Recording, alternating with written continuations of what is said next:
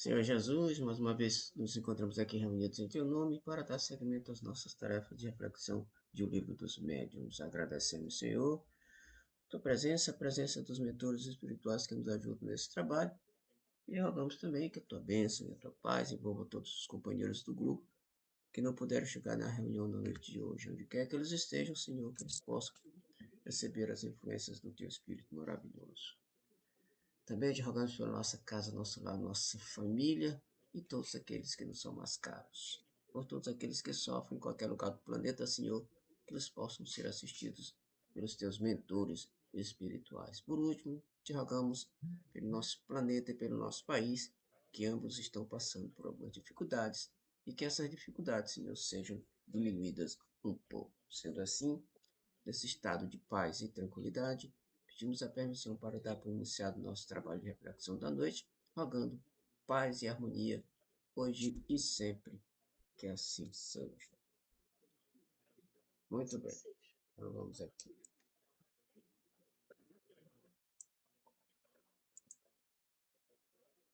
Nós estamos no capítulo 23, ainda sobre o assunto obsessão. Continuando a leitura. Haverá na terra alguém que possa dizer-se perfeito? Ora, um que tem todas as aparências da virtude pode ter ainda muitos defeitos ocultos. Um velho fermento de imperfeição. Assim, por exemplo, dizeis, daquele que nenhum mal pratica, que é leal em suas relações sociais, é um bravo e um digno homem.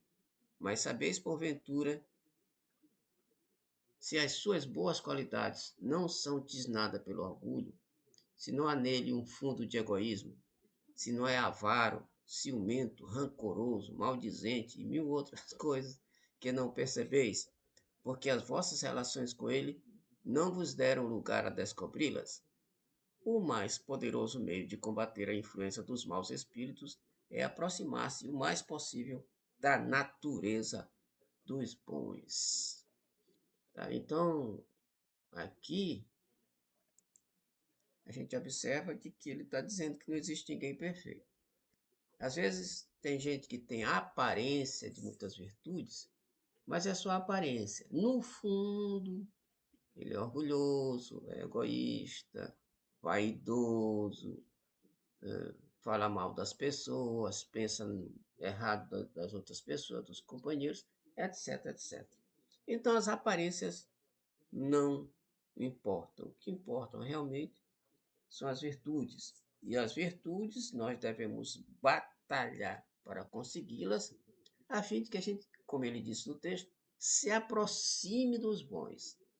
E se aproximando dos bons, a assistência dos mentores espirituais, dos bons espíritos, será mais acirrada, mais efetivada, mais correta, mais precisa. Então, é isso que nós temos que fazer. Então, todo nosso estudo, tudo que a gente lê da doutrina espírita, é apenas, em resumo, induzindo-nos à perfeição. Brigar com os nossos defeitos para atingir qualidades que ainda não temos. Comentários? Não, tá bem, essa parte aqui tá bem clara. Então vamos adiante. Terceira questão. A obsessão que impede um médium receber as comunicações que deseja é sempre um sinal de indignidade de sua parte? Resposta. Eu não disse que é um sinal de indignidade, mas que um obstáculo pode opor-se a certas comunicações. Em remover o obstáculo que está nele é o que aqui deve aplicar-se. Sem isso, suas preces, suas súplicas nada farão.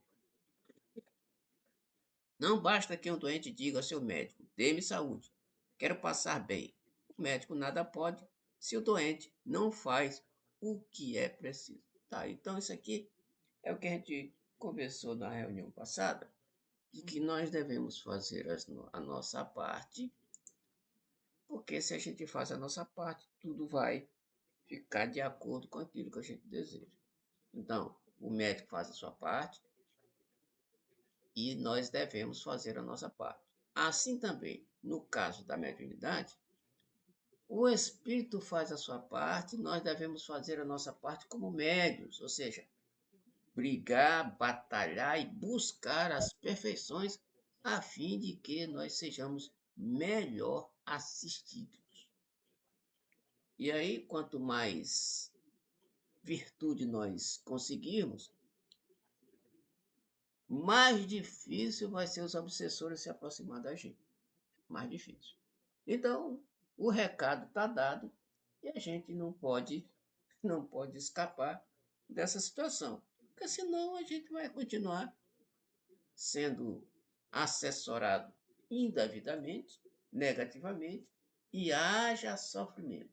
E nós devemos buscar, né, repito, essas virtudes, essas perfeições, a fim de que nós estejamos bem assessorados.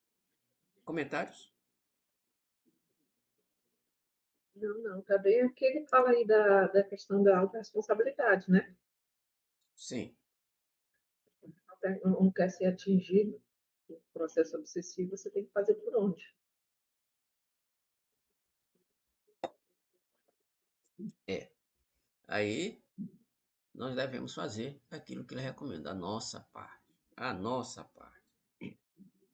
A questão é como foi falado de novo na reunião passada, é que a nossa vontade é meio devagar ou não tem vontade nenhuma. E aí o preguiçoso nunca atinge seus objetivos, né? Se é que o preguiçoso tem algum objetivo na vida. Então vamos continuar a nossa leitura. Quarta questão. Assim, a impossibilidade de se comunicar com os bons espíritos seria uma espécie de punição? Resposta. Em certos casos, pode ser uma verdadeira punição, como a possibilidade de se comunicar com eles é uma recompensa que deveis esforçar-vos por merecer. Veja-se perda e suspensão da mediunidade, item 220. Isso bem aqui nós já vimos, logicamente, em reuniões anteriores. Então ele está repetindo aqui, está repetindo bem aqui, deveis esforçar-vos para esforçar-vos por merecer. Esforçar para merecer o quê? A assistência perfeita, assistência positiva e benéfica dos bons espíritos. Então não podemos fugir daí. É isso que nós devemos fazer constantemente. Quinta questão. Não se pode também combater a influência dos maus espíritos moralizando-os? Resposta. Sim, mas é o que não se faz e é o que não se deve descurar de fazer. Porquanto, muitas vezes, isso constitui uma tarefa que vos é dada e que deveis desempenhar caridosa e religiosamente. Por meio de sábios conselhos, é possível induzi-los ao arrependimento e apressar-lhes o progresso. Como, como pode o homem ter a esse respeito mais influência do que a tem os próprios espíritos? Resposta. Os espíritos perversos se aproximam antes dos homens que eles procuram atormentar do que dos espíritos, dos quais se afastam o mais possível. Nessa aproximação dos humanos, quando encontram algum que os moralize, a princípio não o escutam e até se riem dele. Depois, se aquele os sabe prender, acabam por se deixarem tocar. Os espíritos elevados, só em nome de Deus, lhes pode falar e isto os apavora. O homem, indubitavelmente, não dispõe de mais poder do que os espíritos superiores. Porém, sua linguagem se identifica melhor com a natureza daqueles outros, e ao verem o ascendente que o homem pode exercer sobre os espíritos inferiores, melhor compreendem a solidariedade que existe entre o céu e a terra. Além do mais, O ascendente que o homem pode exercer sobre os espíritos está na razão de sua superioridade moral. Ele não domina os espíritos superiores, nem mesmo os que, sem serem superiores, são bons e benevolentes, mas pode dominar os que lhe são inferiores em moralidade. Bom, aqui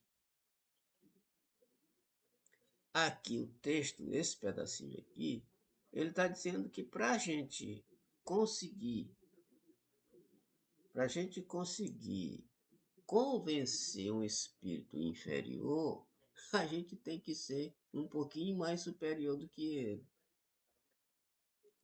Então, se a gente for do mesmo nível ou pior do que ele vai ficar galhofando, vai ficar rindo, achar graça, vai ficar rolando de rir, porque não vai conseguir. É que o camarada sem moral vai querer dar moral para quem não tem. Ou seja, aquele que está sendo doutrinado vai dizer: quem tu, né? Quem és tu para querer me dar lição de moral, para querer me convencer, se tu és pior do que eu? Se tu faz isto, aquilo outro, etc, etc, etc. Quem és tu? Por isso é que quando nós fundamos o nosso lar, o pessoal, o grupo queria, porque queria fazer um trabalho mediúnico, não sei o que, tal, aquela história toda. Eu disse, pessoal, devagar com ando. A gente está começando agora, e esse trabalho mediúnico é um trabalho bem sério. A gente, para participar de um trabalho desse, tem que ser quase perfeito. E aí a gente não pode doutrinar os espíritos se a gente não é lá essas coisas de moral, porque vai pegar mal para a gente e aí eles vão, né, acabar nos perseguindo. E por isso que, Sandra, eu sempre tive pé atrás com relação ao trabalho mediúnico no nosso centro, porque eu me acho extremamente imperfeito e não me considero à altura de, né, conversar com o espírito dando conselho ou coisa parecida, etc, etc. Porque os meus defeitos são muitos e não tem como eu tentar conversar com alguém se aí eu ainda não tenho condição de ser superior a eles. Por isso, se participar, eu fico na subcorrente, eu fico, né, orando na vibração, mas para doutrinar para mim, eu acho meio complicado. Então, é isso que a gente deve fazer. O texto está nos dizendo, repetindo, a gente só pode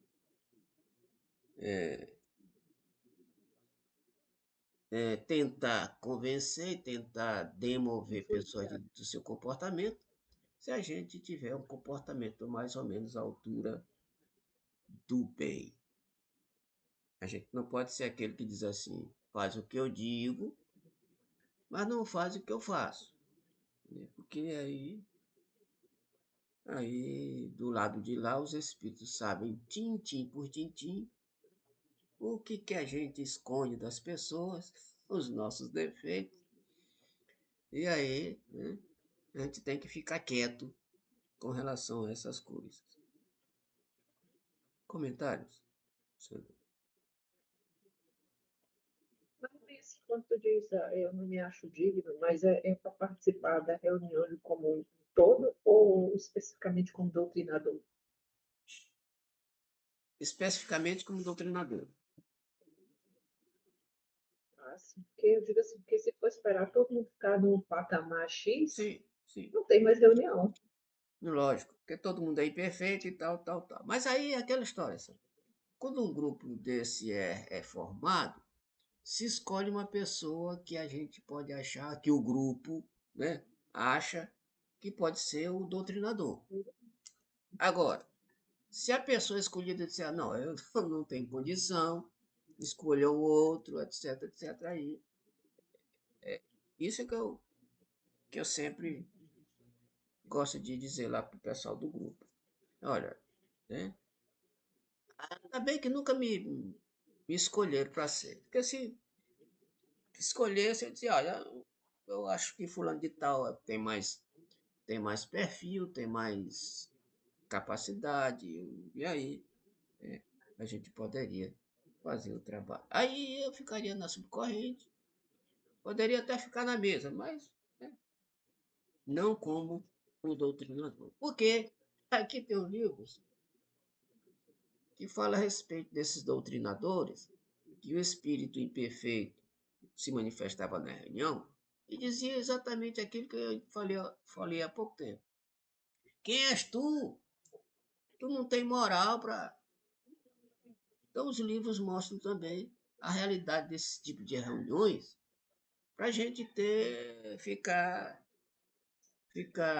atento, porque né, a gente tem aquele ditado que a gente deve se conhecer, e quem se conhece sabe aonde a gente pode carregar determinada situação.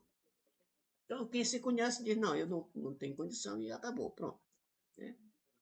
Não tem condição e acabou. É por isso que a gente tem que ter cuidado com esse tipo de reunião. Tu participa desse tipo de reunião, lógico, né, Sandra? Como tu já falaram. E aí, e o Sim. doutrinador?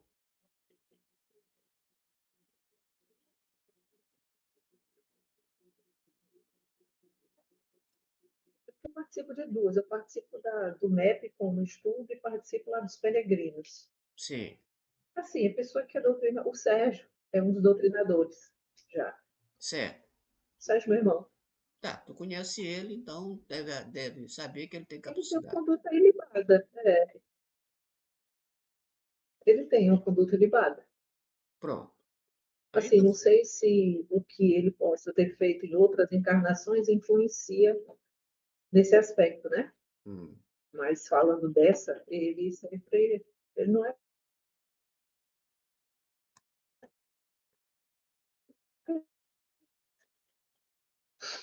ele é mais capacitado do ponto de vista moral do que eu, por exemplo. Para ser doutrinador, não dá para mim.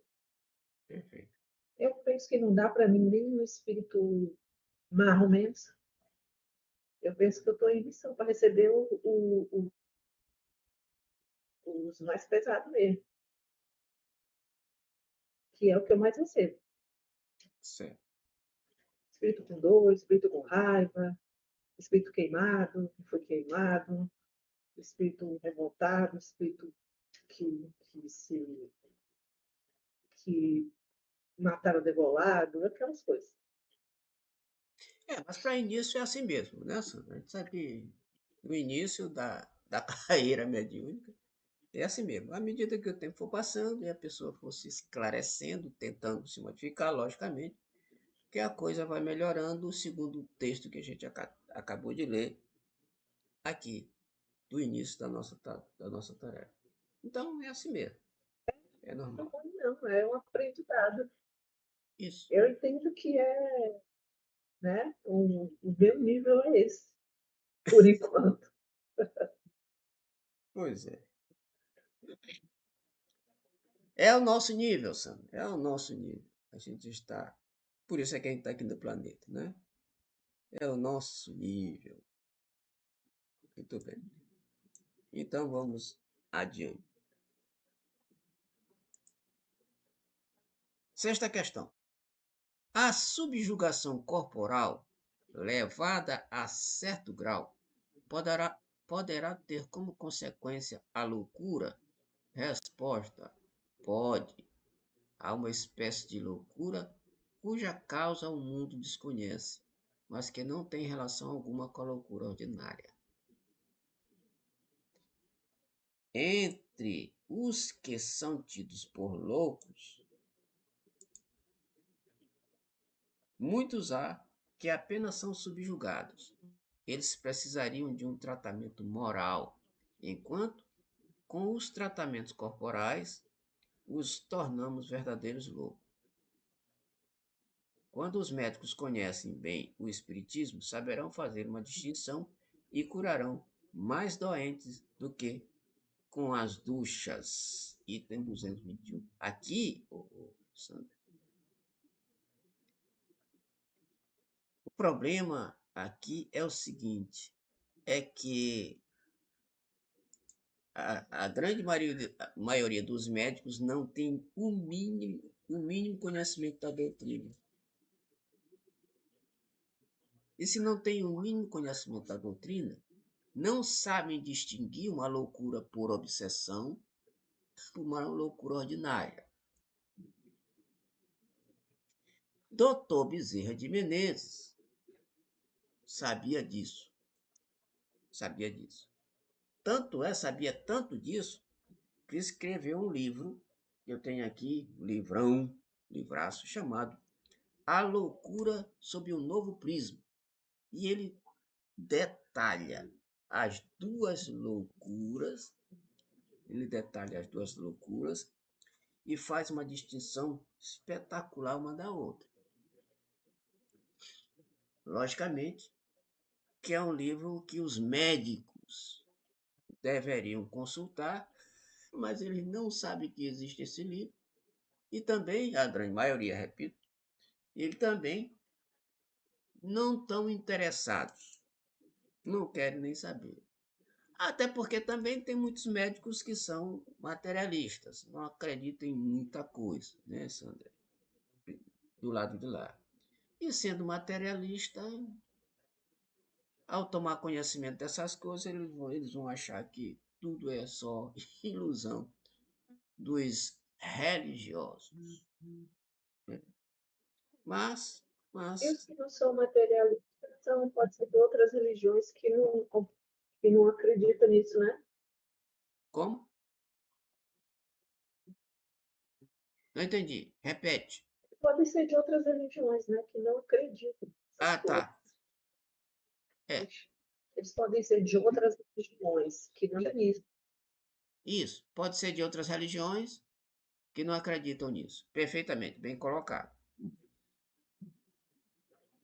E aí, sendo de outras religiões, podem entender, nem podem aceitar, né? Não podem aceitar uma teoria que lhes é totalmente sem entendimento. Então, é isso.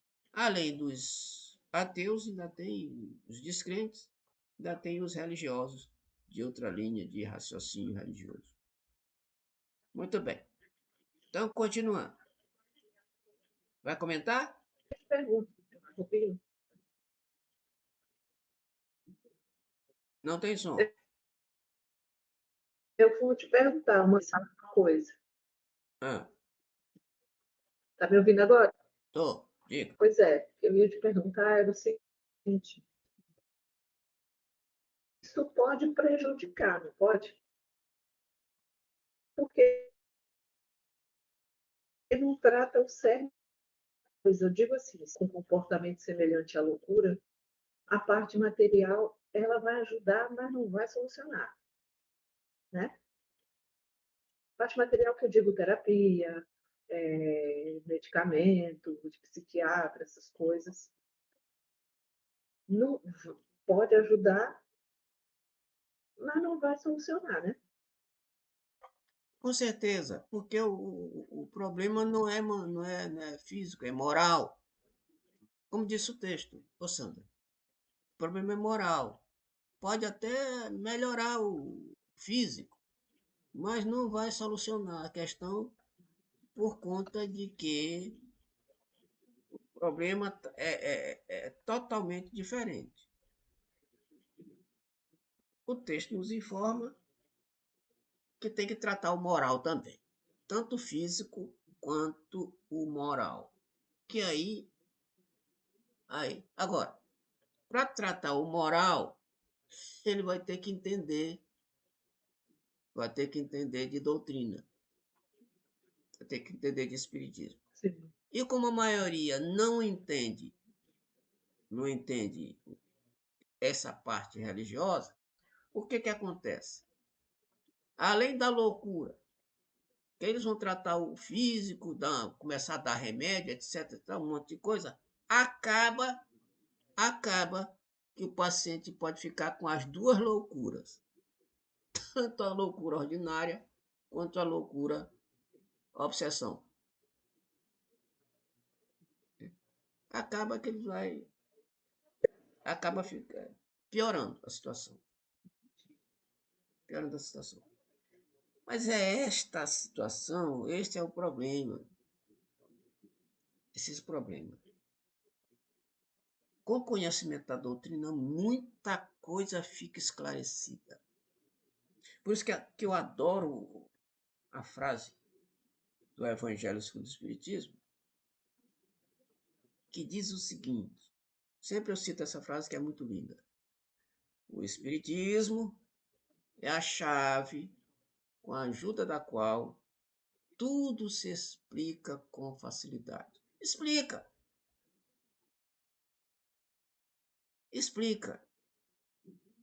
Quando a gente tem conhecimento daquilo, daqui da doutrina, tudo que nos acontece, que nos envolve, pode ser a coisa mais chocante, a doutrina espírita vai nos explicar de forma lógica, racional, demonstrando que a justiça de Deus está em todo lugar e que nós não nos escaparemos da justiça divina quando nós praticamos algo contra esta lei. Então, não tem como escapar. Então, é muito fácil de entender. Né? Muito fácil de entender porque que uma criança é atropelada de 2 anos. Aqui, me mandaram um zap, um tempo desse, em que o carro para, estaciona, aí desce dentro do carro uma mulher e uma criança. A criança é pequena. Deveria estar começando a caminhar. Né? Ela desce do carro, coloca a criança em cima da calçada, e aí solta a criança vacila e cai para trás, e o carro vai saindo, a criança cai debaixo do pneu do carro. O carro vai saindo e passa por cima da cabeça da criança. A mulher ficou louca, batia no carro, tal, como se dizendo que o motorista que foi culpado. Na verdade, não foi o motorista que foi culpado, não. Foi ela que soltou a mão da criança. Soltou a mão da criança, botou a criança em cima da calçada, soltou. Se ela tivesse segurado a criança, né? E caminhado com a criança com a mão da criança, não teria acontecido essa tragédia. Mas aí a gente disse, tu botaste a mão no rosto assim, agora que eu percebi. Realmente é algo chocante. Só que tem explicação para isso. Por que aconteceu? Não é à toa que aquilo aconteceu. Se aconteceu, Deus permitiu. E se Deus permitiu, é porque aquela criança merecia passar por aquilo a fim de se resgatar com a lei divina. Simples. Não é muito fácil. Então. Mas a prova é para a adulta também. Hã? A prova é para os dois. Sim, A lógico. prova é para a mulher também. Claro. Ela vai passar o resto da vida se culpando. Ou culpando o outro, a outra pessoa. Né? E vai chegar à conclusão. Logicamente, ela deve ter chegado à conclusão que ela foi culpada porque soltou a mão da criança. Uma vez eu estava com Júnior e Yasmin pequenininha, acho que ela tinha 4 para 5 anos. Lá na Canidanes Park, do shopping, a gente foi levar ela para brincar naquele brinquedo de criança, bem de criança mesmo. Um segundo, Rubem, que a gente solta a mão dessa menina, essa menina some, o negócio lotado. Olha só. Credo, Rubem, meu Deus do céu, que eu não. Foi assim, passou nem 2 minutos que a gente achou logo ela. Porque ela não sabia andar direito, ficava assim, olhando, sabe? Estava vislumbrada com Sim. os brinquedos lá, né? A gente gritando, gritando, e a gente se secou, a gente gritando, gritando, e a menina do lado. Apavorar todo mundo. Uma vez o Sérgio sumiu na praia também. Só que, na verdade, ele não sumiu, ele foi brincar debaixo da mesa, de areia debaixo da mesa. A gente procurou todo o canto da praia, do bar, da barraca lá, e não procurou debaixo da mesa. Ele é a coisa mais quietinha brincando debaixo da mesa. E eu já tinha botado o fígado, o coração, o pulmão, tudo para fora já, Ah, de Maria. nervoso. Ah, Maria. Realmente é muito complicado. A gente fica morrendo de medo. Eu disse para ele. Ele vive rindo. Não posso nem brincar. Ele não deixa nem brincar. Pois é. Criança é para brincar. Aqui em casa com o Nicole nunca aconteceu uma dessa, não. Porque a gente fica de olho o tempo todo. O tempo todo. Vai atravessar na rua, pega na mão, não solta. Nicole, presta atenção. Tem que olhar, Nicole, presta atenção. Aí a gente às vezes segura a mão dela. Com 10 anos, olha só o tamanho da moça. Segura e tal, porque. Mas só tem essa. Já imaginou dar uma zebra? Não, eu me livro do negócio desse. Pra lá. Então tem que ter cuidado. Muito cuidado, porque esses meninos cegam a gente realmente, sabe? Quer comentar mais ou vamos continuar? Não, não, vai continuar. Então vamos lá.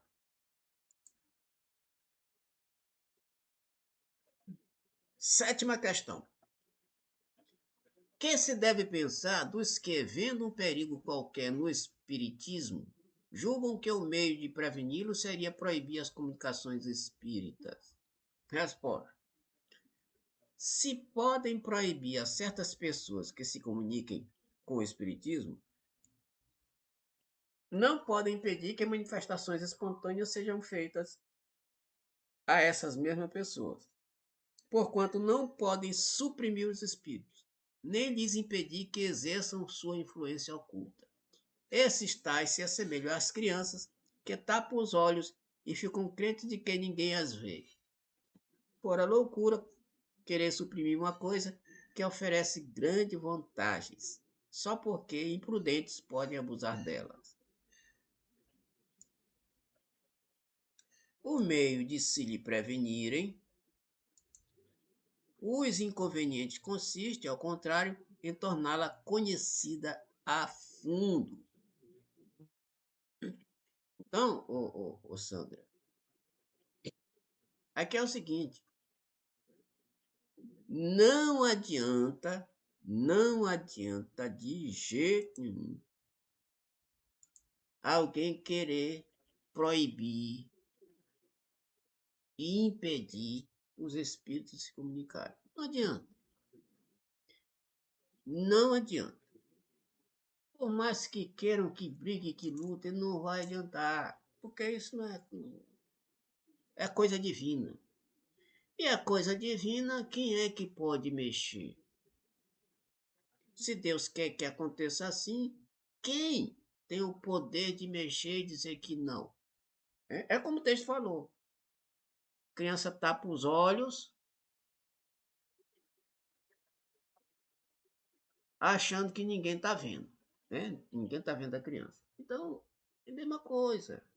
Não adianta. Aquela proibição de Moisés lá no Antigo Testamento, que os católicos e os evangélicos usam, né,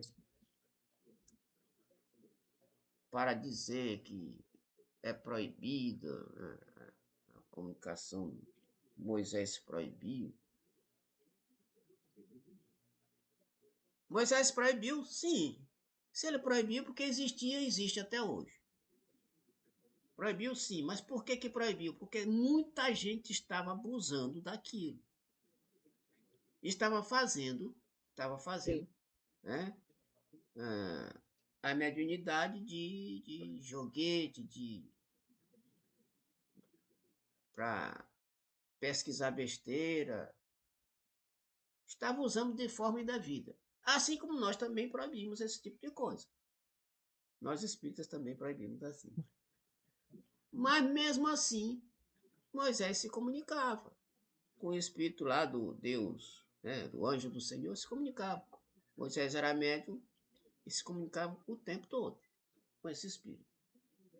Logo, além do mais também, Jesus também, né, conversou com os espíritos de Moisés e Elias no Monte Tabor. E depois Jesus apareceu para Saulo de Tarso, às portas de Damasco. Fenômenos espíritas de comunicação de mortos com vivos, que nem Jesus proibiu.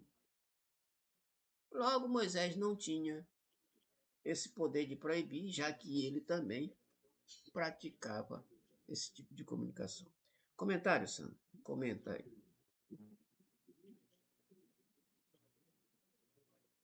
Não, tá bem claro, né? A comunicação é de lá para cá, né? É, A gente sempre não lá tem para como cá. interferir. A gente não pode forçar uma comunicação. Eles é que comandam. É sempre de lá para cá. Como dizia Chico, o telefone toca de lá para cá e não daqui para lá. Então é eles que comandam. E eles comandando, Sim, a hora que eles acharem que deve, como devem, quando devem, é outra história. Eles que comandam. A gente só tem que ajudar no trabalho e fazer a nossa parte. Porque eles vão fazer a deles. sim. Muito melhor do que a nossa. Muito melhor. Então vamos continuando aqui o texto. Aliás, Sandra, nós vamos entrar já em outro capítulo. Acabamos o assunto obsessão. Vamos entrar agora no capítulo 24 da identidade dos espíritos. Provas possíveis de identidade, modo de se distinguirem os bons dos maus espíritos, questões sobre a natureza e identidade dos espíritos. Provas possíveis de identidade. Questão 255. A questão da identidade dos espíritos é uma das mais controvertidas, mesmo entre os adeptos do espiritismo. É que, com efeito, os espíritos não nos trazem um ato de notoriedade e sabe-se com que facilidade alguns dentre eles tomam nomes que nunca lhes pertenceram. Esta, por isso mesmo, é, depois da obsessão, uma das maiores dificuldades do espiritismo prático. Todavia, em muitos casos, a identidade absoluta não passa de questão secundária e sem importância.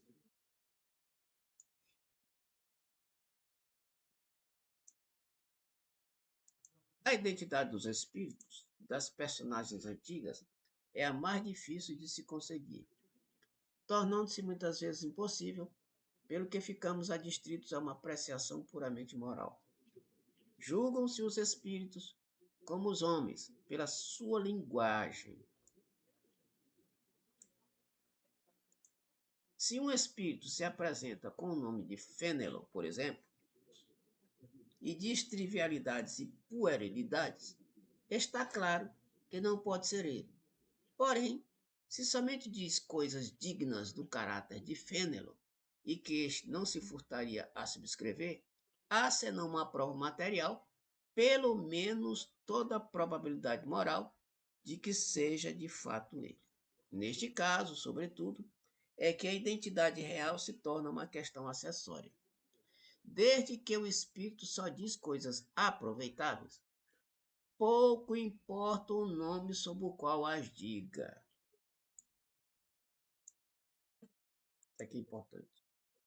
Objetar-se-á, sem dúvida, que o espírito que tome o nome suposto, ainda que só para o bem, não deixa de cometer uma fraude. Não pode, portanto, ser um espírito bom. Aqui há delicadezas de matizes muito difíceis de apanhar e que vamos tentar desenvolver. Eita! Aqui é o seguinte, só. Essa história de identidade dos espíritos é muito complicado.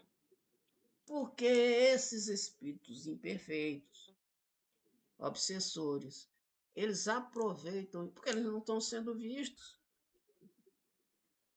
Os espíritos comunicam e, no geral, eles não aparecem. A gente só ouve a voz, o espírito não se apresenta. A não ser que tenha um médium vidente na reunião que possa descrever a personagem, né? Possa descrever. Mas, como isso nem sempre acontece, e eles sabem disso, os espíritos, eles aproveitam a oportunidade para tentar enganar o grupo. Às vezes, os espíritos falam, se identificam sem maldade. E se identificam sem maldade, dão o nome sem maldade, e as pessoas interpretam e pensam que ele é exatamente aquilo que ele está falando. Um exemplo. Aqui tem um livro que fala a respeito disso, eu vou contar a história com minhas próprias palavras. Tinha um determinado espírito que começou a se manifestar em uma reunião, mas ele estava fazendo fenômenos, estava fazendo curas, estava curando, fazendo coisas extraordinárias nas reuniões mediúnicas. Um dia, um curioso da reunião resolveu perguntar para ele qual era o nome dele. Ele disse: olha, meu nome é Jesus. O grupo ficou muito educado, ficou muito feliz, Jesus se manifestando lá na reunião. E por conta disso, algumas pessoas que tinham muito conhecimento da doutrina resolveram para lá, para a reunião do centro, e pesquisar, investigar que Jesus era esse que estava se manifestando nesse centro espírita. E aí, escritor ou coisa parecida, conhecedor da doutrina, chegou lá e começou a entrevistar o espírito. Quem é você? Como era o nome da sua mãe? Qualquer coisa assim parecida, sabe? Como é o nome de sua mãe? E tal. E começou a fazer perguntas difíceis com relação a Jesus, ao Cristo. E o espírito começou a ficar meio embaraçado com aquelas perguntas e disse... Tem uma hora que o espírito resolveu dizer: bem, você está pensando que eu sou Jesus? O Cristo? Não. De Nazaré. Não, não sou não. Eu sou Jesus, o padeiro da padaria de fulano de tal, assim, que eu era padeiro, né? E meu nome era Jesus, sobrenome Jesus, e me chamavam de Jesus, e meu nome é Jesus. Aí foi tipo, a turma caiu em si. Ou seja, ele se identificou, mas a identidade dele não foi para querer enrolar nem enganar o povo, assim porque ele era chamado Jesus, encarnação anterior. Tinha um sobrenome. Ai, meu Deus. E dessas coisas acontecem no movimento espírita. Agora, tem espíritos que querem mesmo enganar e dizem que são elementos históricos, famosos. Mas aí, com o tempo, eles vão acabar se traindo. Eles acabam se traindo. É como, por exemplo, se tem um grupo de pessoas conversando, às vezes eu estou conversando com alguns colegas de serviço, Sandro, conversando, bate-papo para cá, bate-papo para lá, e a gente descobre, sem nem eles dizerem, qual é a religião deles, por conta do linguajar. Porque a gente usa muitos termos da nossa religião. Por exemplo, nós aqui, é reencarnação, é espíritos, é desencarne, não sei o que, tal, tal, tal. E os evangélicos, os católicos, a gente sabe quando é evangélico católico pelo linguajar. Então, nem precisa eles dizerem que são católicos evangélicos, porque pela linguagem a gente descobre que eles são. Assim mesmo com os espíritos que tentam enganar, né? Eles vão enganando daqui e daquela. Daqui a pouco o linguajar dele mostra quem eles realmente são. E aí a gente descobre que o cara está enganando. Então, a identidade dos espíritos é algo extremamente complicado, porque os espíritos superiores não costumam, não gostam de dar seus nomes. Começa por aí. Não gostam. Lembra da história de Divaldo Franco com Joana? Não. Sim. Joana não queria dizer, mas ela começou a insistir, insistiu. Depois de muito tempo ele insistiu, ela acabou dizendo, mas não queria dizer. Não queria dizer. Então, os espíritos superiores não estão preocupados com a identidade, estão preocupados com a mensagem, com aquilo que vem, que há de proveitoso para o médium e para as pessoas que participam da reunião e para a humanidade em si, de forma geral. Comentário, Sandra. Não, tá bem claro. Já aconteceu alguma situação desse tipo lá nas reuniões que tu participa, nos dois centros?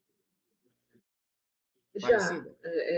de porque, por exemplo, lá no Peregrinos, a reunião faz assim, primeiro é a reunião que recebe os sofredores, e depois os guias da casa, caso tenha alguma orientação para o grupo e tal. E aí, nesse segundo momento, apareceu um dando uns conselhos assim, sem sentido, que a gente percebeu que não poderia ser um espírito minimamente coerente, um nível mais organizado. E aí depois a gente conversou sobre isso, né? Falando, olha, eu sei de vocês, falando para uma amiga nossa que tem um namorado, que eu já moro com ele e tal. Olha, você tem que cuidar mais do seu namorado, né? Tem que fazer uns agrados para ele, porque senão outras mulheres vão fazer. Assim, óbvio, ficou bem nítido que não era um espírito bacana. É lógico. Só que ele adentrou a parte que não era para ele estar. E assim, falando bem, falando tranquilo, falando comedido. Só que o teor dos conselhos, que eu não estou reproduzindo na íntegra, eu estou só contando o contexto. Certo. E aí eu que sei muita coisa, mas não, isso daí não é espírito bacana, não. Essas É coisas espírito que veio particulares. colocar caraminhola na cabeça da menina. Pode Fofoqueiro. deixar, pode deixar minhoca na cabeça da moça. Realmente é muito estranho. É um assunto que não traz nenhum proveito para o grupo. Por isso, a gente precisa ter cuidado com essas coisas. Tá? Então, Sandra, esse, esse, essa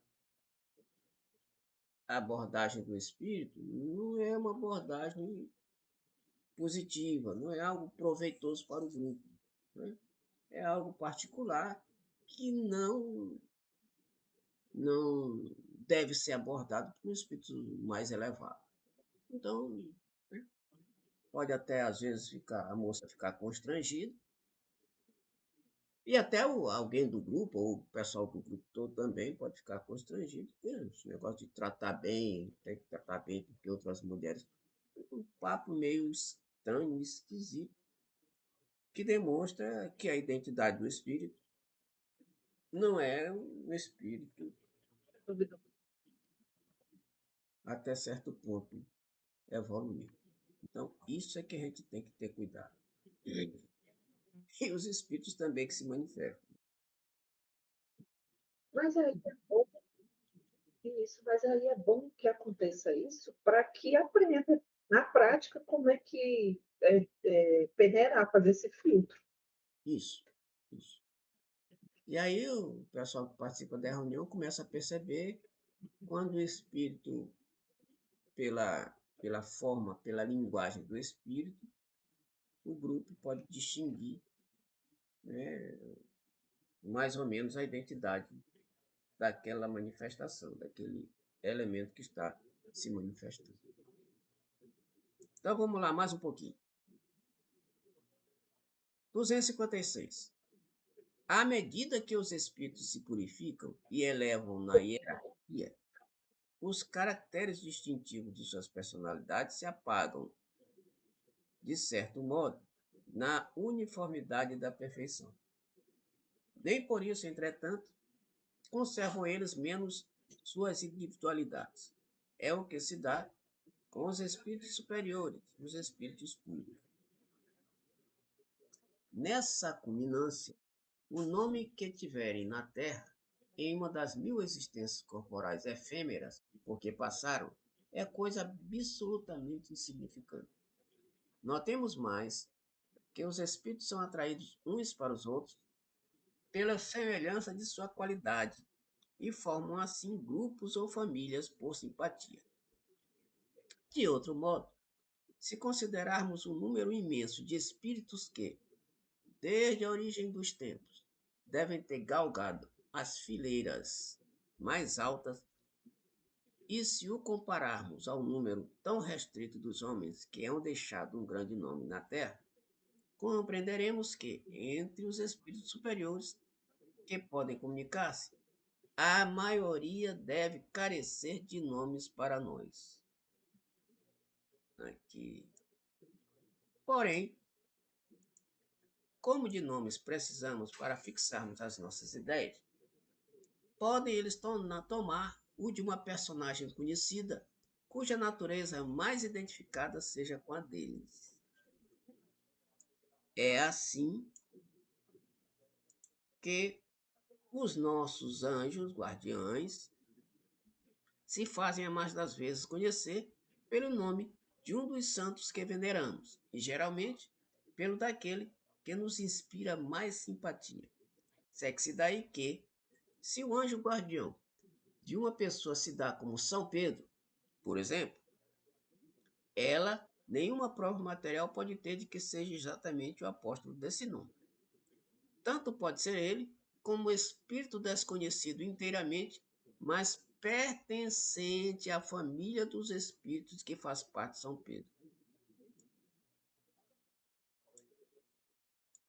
Segue-se ainda que, seja qual for o nome sobre que alguém invoque o seu anjo guardião, este acudirá ao apelo que lhe é dirigido, porque o que o atrai é o pensamento, sendo-lhe indiferente o nome.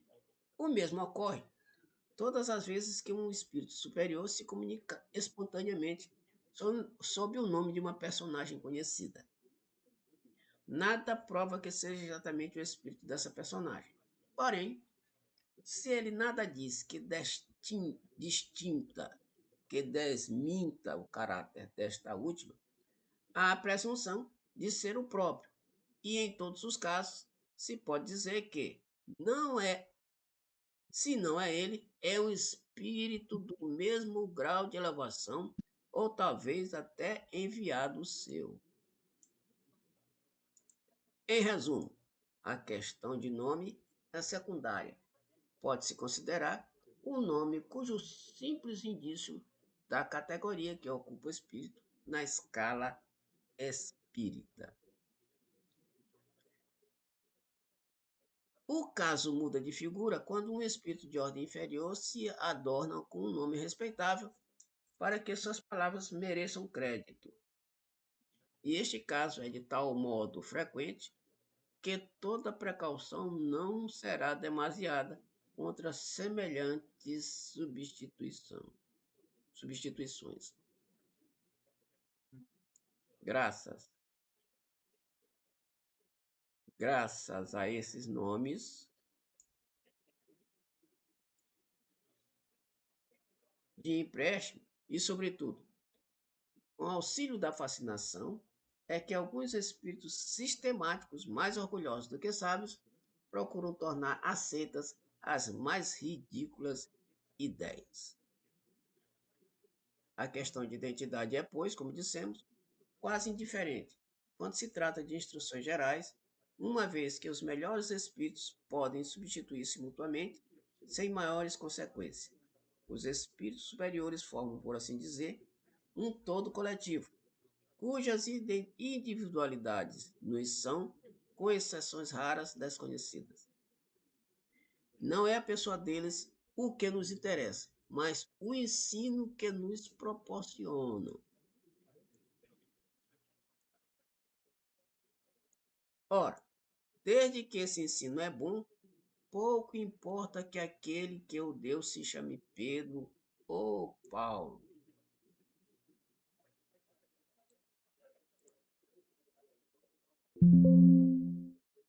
Pedro ou Paulo. Deve ele ser julgado pela sua qualidade e não pelas suas insígnias. Se um vinho é mau, não será a etiqueta que o tornará melhor. Outro tanto, já não sucede com comunicações íntimas, porque é o indivíduo, a sua pessoa mesma, que nos interessa. Muito razoável, portanto, é que nessas circunstâncias procuremos certificarmos de que o espírito que atende ao nosso chamado é realmente aquele que desejamos. Muito bem. Então, Sandra. Rubim, dessa vez o texto não apareceu para mim, viu? Não, né? Tá, tudo bem, mas eu li aqui, tu entendeste, né? Tá, então o que Sim, ele está sim. dizendo aqui é que os espíritos podem usar de nomes pomposos, de grandes espíritos, quando ele é da mesma linha. Pode até não ser o espírito, mas o que significa dizer da mesma linha? Tem o mesmo nível evolutivo. Então, tem o mesmo Sim. nível evolutivo. O espírito diz: olha, eu sou fulano de tal, porque o que ele vai falar, o que ele vai dizer, é como se fosse aquele espírito que ele está dizendo. E como o texto também diz, esse espírito que está se comunicando pode até ter sido mandado por aquele que ele está se identificando. Então, esses espíritos superiores, eles não gostam de dizer, de se identificar como nomes, justamente para não ter confusão, para não ter, né, esse tipo de coisa que sempre traz muita confusão na cabeça das pessoas que estão escutando. Então, o importante é a mensagem, e sendo a mensagem boa, pode ser de Pedro, Paulo, João, José, Maria, Pedro, qualquer um, não importa. A mensagem é boa, o nome não interessa. A gente que precisa de um nome, assim, só para a questão de materializar coisa, né? É, Para ter uma referência na um realidade. referencial, tem um referencial. Tem um referencial.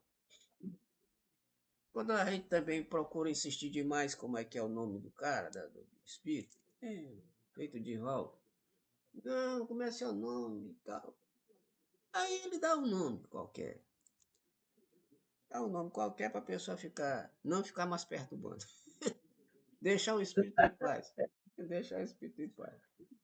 Então, a gente já sabe que não precisa ficar perguntando. O que importa é prestar atenção naquilo que ele está dizendo.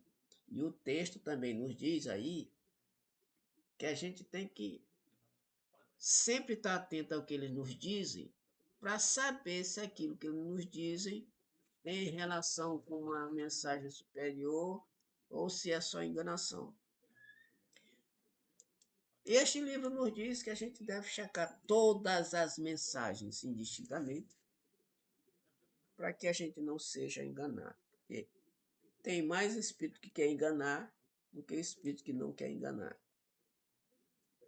Até porque a gente sabe da história do nosso planeta. É o nosso planetazinho aqui, pequenininho, planetazinho azul, cheio de complicação. Né? Planeta de provas, expiações, onde a maioria de nós, todos nós somos A maioria de nós somos realmente os piores espíritos que nós possamos imaginar. Até porque a gente se conhece, não é, Sandra? Sim, A gente se conhece. E se a gente se conhece, imagina outras pessoas e o resto do planeta, das pessoas do planeta, que estão tudo praticamente no mesmo nível. Ô raça boa, essa raça de espíritos encarnados nesse planeta. Fora os desencarnados, que são muito maiores no mundo. Né? Pois é isso. Comentário, Sandra? não, hoje foi bem claro, foi bem a prática mesmo. Bem legal. O manual, como fazer. Como é? Como fazer? Então, o manual está aí. É só ficar lendo de vez em quando para assimilar, guardar e colocar em prática. Porque se não praticar, não adianta. Não adianta. Só conhecer e não praticar não funciona. Então vamos lá fazer a nossa prece de encerramento? Faz aí para nós. Senhor Jesus, mais uma vez nós te agradecemos essa oportunidade e te pedimos clareza, discernimento para colocar em prática aquilo que foi estudado na noite de hoje, que a gente possa servir também de multiplicador dessa palavra tão importante que trata desse, dessa identificação, a origem das mensagens, do teor das mensagens, da certeza de que o que vale é o conteúdo e não quem as enviou. Sendo assim, Senhor, nesse ambiente de paz, tranquilidade, harmonia, pedimos que perdure ao longo da semana e que essas boas energias possam chegar aos companheiros que aqui nos fizeram presentes e aos espíritos, irmãos que porventura estejam precisando de um bálsamo para melhorar os seus perispíritos, que saiam daqui melhores do que chegaram. Agradecemos mais uma vez e damos por encerrado o estudo do Livro dos Médiuns da noite de hoje. Assim seja. Que seja. Sandrinha, Tchau, beijos, Rubim. Bom feriado. bom feriado, bom resto de semana. Dá um cheiro no pessoal daí. Até a próxima. Tchau, tchau. Dou sim. As meninas também. Ok, valeu. Abraço.